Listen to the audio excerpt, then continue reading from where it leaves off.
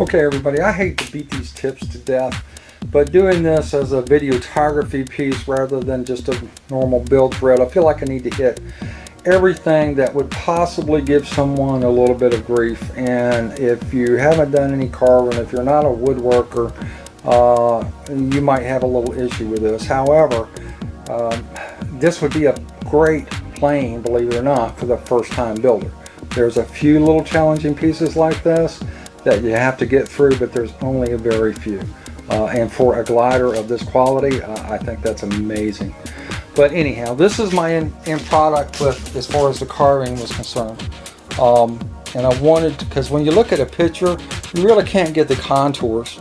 So if you try to go online and look at some of the build threads that are out there, or some of the pictures of the Oculus in the air, you're not going to be able to see this. So I wanted you to have the opportunity to get to see the process. The contour, now this is not finished sanded. Once I glue it on, I'm 90% there. I'll get the rest of the sanding done to make it as flush as I possibly can make it. So I left some of the pencil line here, but I've basically removed everything down to the contour.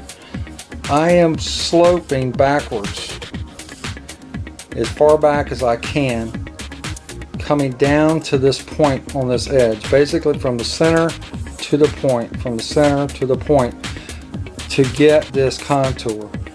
Same thing to the front, but the front is going to be much higher angled, and we're going to leave more meat on the front.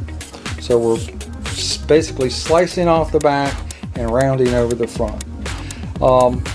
I left most of the meat on, as far as the block is concerned. The third block on the very bottom obviously is very little touch to this block. The bottom side is just barely rounded over, so I don't have a sharp edge, but that's pretty much all I did to the bottom. But this was, like I said, just barely touched. And that should leave a lot of strength to this. There's a couple different ways. I mean, I could cut a big line across here and take a bunch of meat out in the whole 9 yards, and do this a different way and maybe save, you know, a very minuscule amount of weight. But I think by doing it this way and the way the design calls for, leaves a lot of strength, and versus the weight, I don't think it's worth the effort to do it the other way. Let me show you how I went about cutting this process. First thing I did, obviously, was I marked, as I said in the past, marked the profile.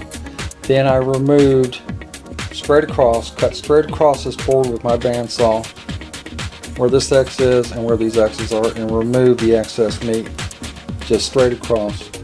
Once that cut was done, I flipped it over, and the other side, where this line comes across, I did the same thing there. Cut that piece straight across. That removed 75% of the major meat versus trying to sand down to it. It's going to take a great deal of time. Once I did that, I started doing the rounding over piece, but I put a pencil mark all the way across each board, and that way I knew not to file down or to sand down below this final board. I kept that mark on, obviously, as a reference mark. Okay, so I think if you do that, I think if you once you start this process, you continue to pay attention to the contour. You come down, everything is pointing to this tip as you're sanding, and as far as the front is concerned, you're paying attention to the contour and you're just rounding over the front. Okay, you should come out with this basically the same thing I have, and I think this is going to be very strong and, quite frankly, look really cool in the air. Alright guys, onward and upward.